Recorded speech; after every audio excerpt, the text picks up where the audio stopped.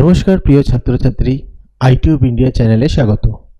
West Bengal council of higher secondary এডুকেশনের উচ্চ মাধ্যমিক 2025 সালের অ্যাকাউন্টেন্সি সাজেশন দিয়েছিলাম। থিওরি অংশটা, যে থিওরিগুলো আসে বড় প্রশ্ন থিওরিতে 4 নম্বর 6 নম্বর এরকম যে প্রশ্নগুলো আছে তার সাজেশন আমি দিয়েছিলাম।